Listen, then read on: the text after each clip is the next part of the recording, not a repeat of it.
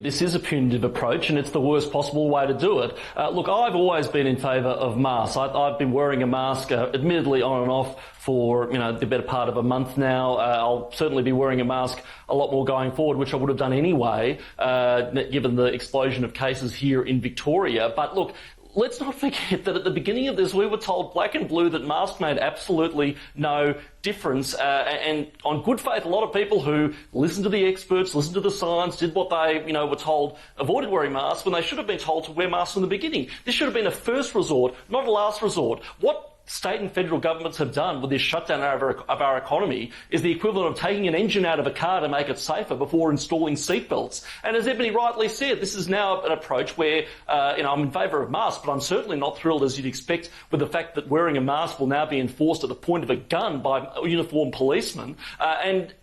Typically what will happen, as happens with all sorts of one-size-fits-all coercive state solutions, is that mask wearing will probably be enforced in circumstances when the risk of transmission is very low. Police will be marching around the streets looking for people breaking quarantine or curfew, and as a result they'll probably go after some poor lonely old bloke walking around an empty street by himself who has no chance of passing on the virus. Meanwhile, I strongly doubt police will be marching through crowded shopping centres where the lack of mask wearing is a problem.